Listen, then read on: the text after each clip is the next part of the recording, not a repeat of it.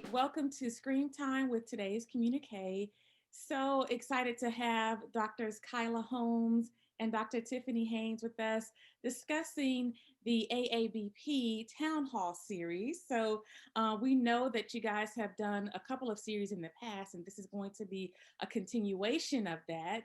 And so thank you guys for taking some time out of your busy schedule to join us to talk about the Town Hall series. Thank you. Absolutely. Thank you for having us. Absolutely. So before we jump into the next series, I want to just kind of reintroduce AABP and also just reintroduce to our audience who you guys are, especially for people who are just now tuning into the series and may not know or may not be familiar with you, Dr. Holmes and Dr. Haynes. Let's start with Dr. Haynes. Just tell us a little bit about you and maybe your specialty or your area of practice. I'm Tiffany Haynes. I'm a clinical psychologist by training. But right now I work at the College of Public Health, and I focus on doing research, particularly about how we can improve mental health services and reduce stigma among populations like rural areas and with African Americans. But I'm a native Arkansan, and I'm really passionate about improving mental health here in our state. All right, Dr. Holmes.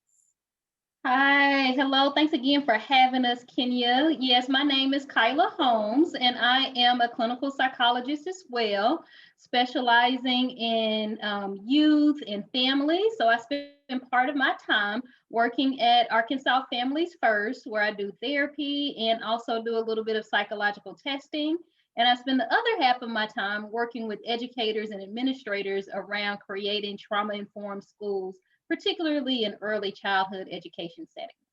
Wow. Okay. All right. Well, thank you guys both for the wonderful work, the much needed work that you all do in the field. Let's just talk briefly about AABP and what the mission is of the organization. Who wants to take that one?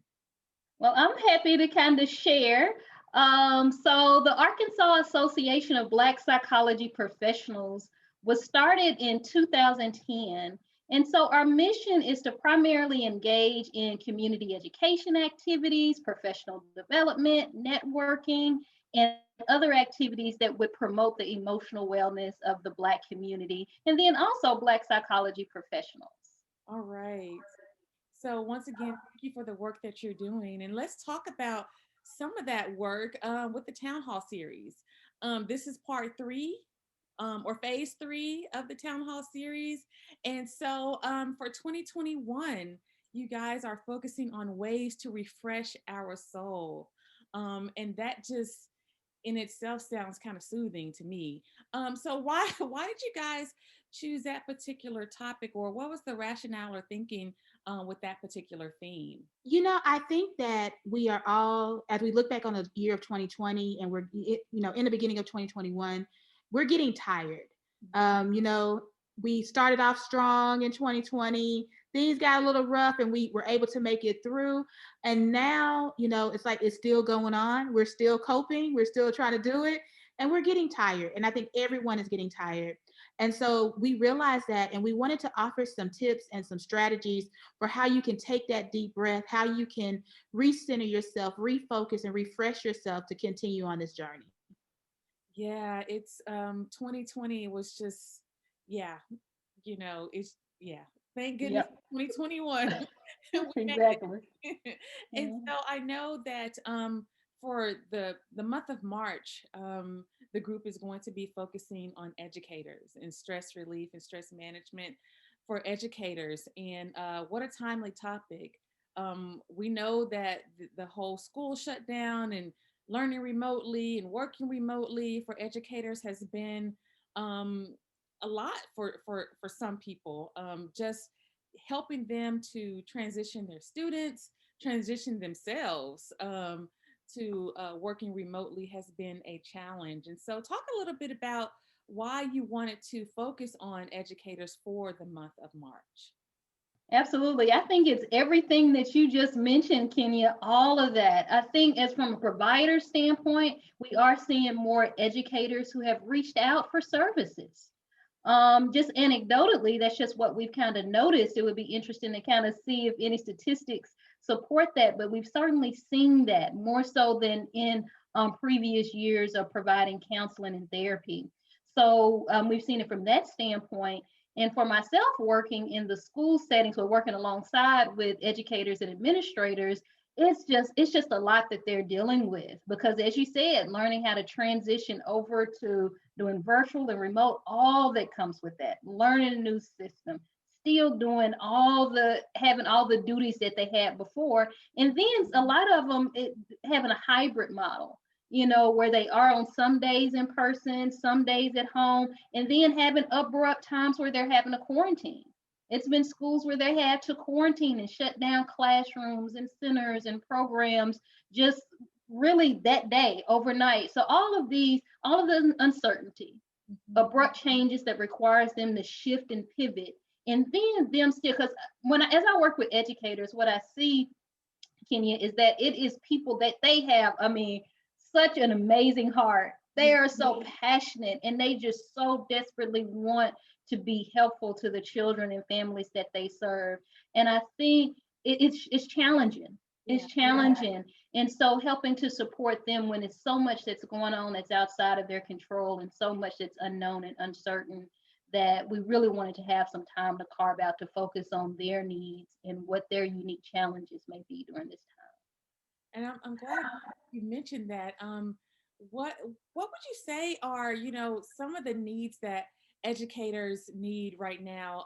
Because when we think about the education system, it's not just, the teachers, it's the principal, it's the counselors, it's the cafeteria workers, and it just ranges. The coaches. So what types of issues would you say that educators are having right now? Is it just, feeling stress? Is it lack of sleep? What has been your experience when you work with educators? So I think is that you mentioned, I mean, all of those, just an increased stress level in every way that manifests. So yes, absolutely, sleep difficulties is certainly, I think, something we've heard more about. And then I just really think also, maybe burnout, maybe that's a word to use, burnout, compassion fatigue, those types of difficulties that come up where it's a lot of pouring out. So I think that's what they're doing. They're pouring, they're giving, and it can be draining and exhausting.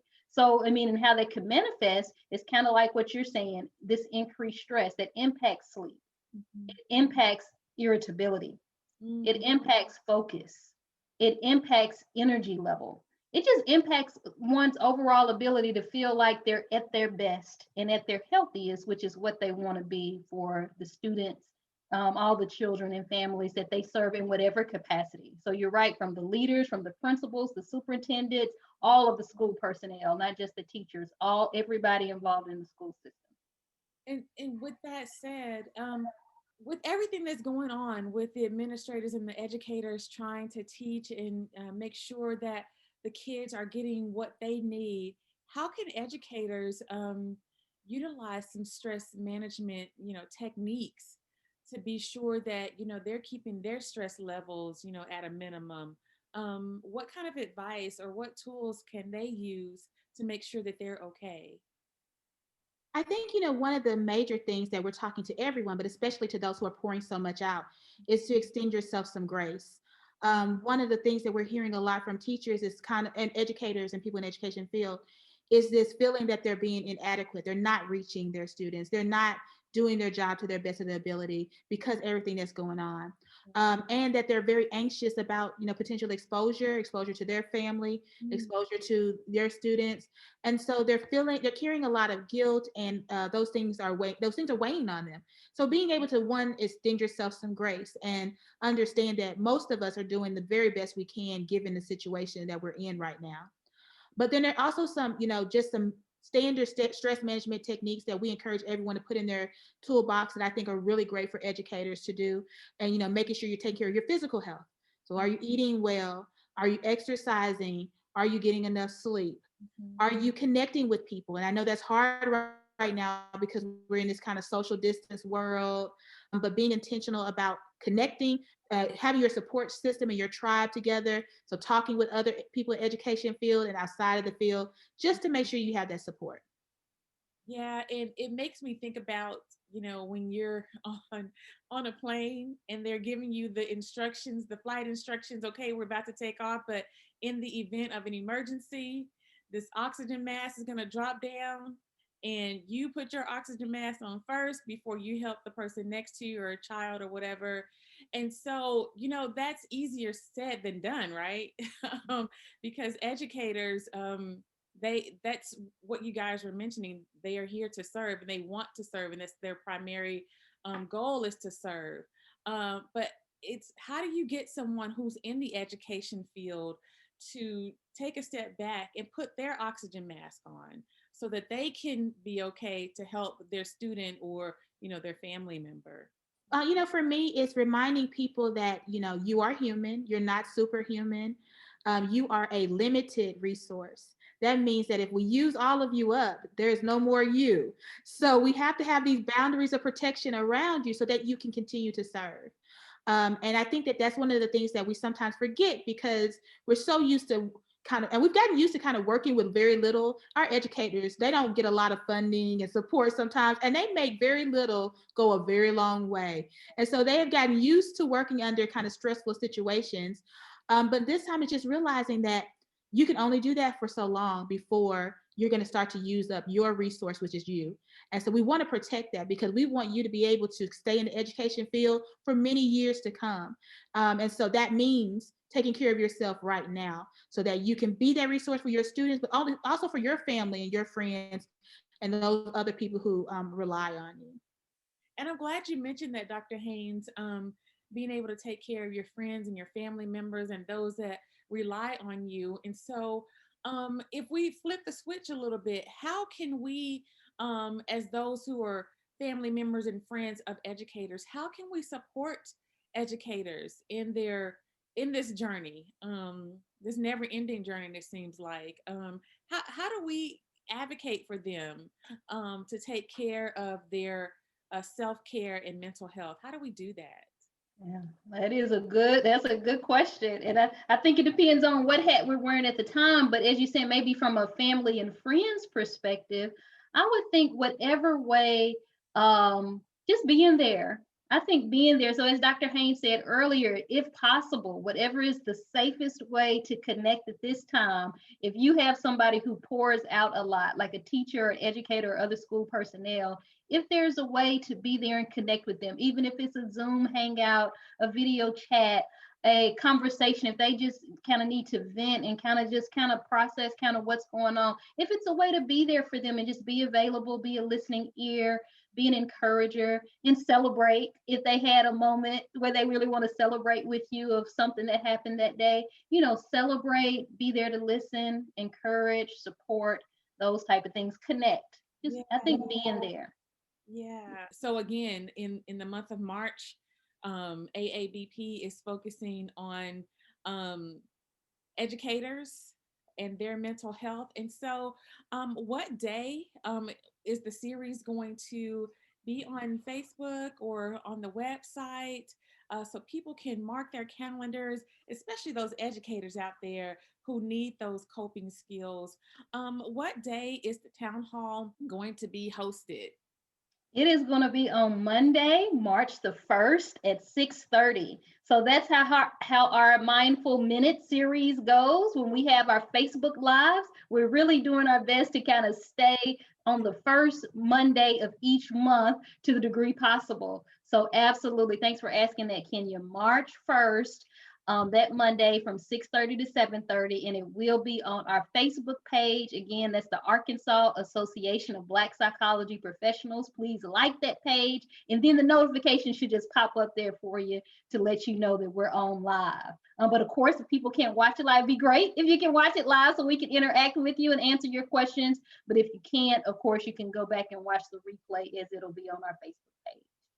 Perfect. And YouTube page. We're going to try to get it on our YouTube page too. Yeah. that's what's up. Great. And I think you mentioned that if someone is looking for a professional or to get connected with some services, they can reach out to you all on Facebook, and you can provide, a referral, or, someone to connect with. Is that the case?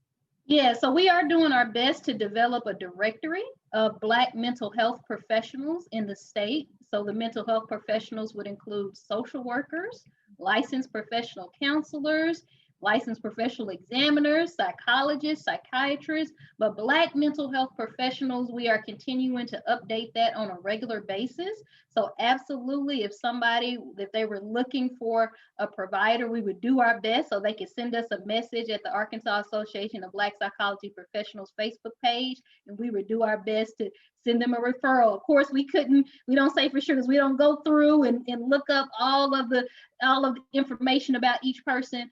But we will provide them with names and resources that we hope can give them a good start. Perfect. Perfect. So thank you guys once again for joining us. And that's a wrap. Thank you Thanks so for much for having having us. me.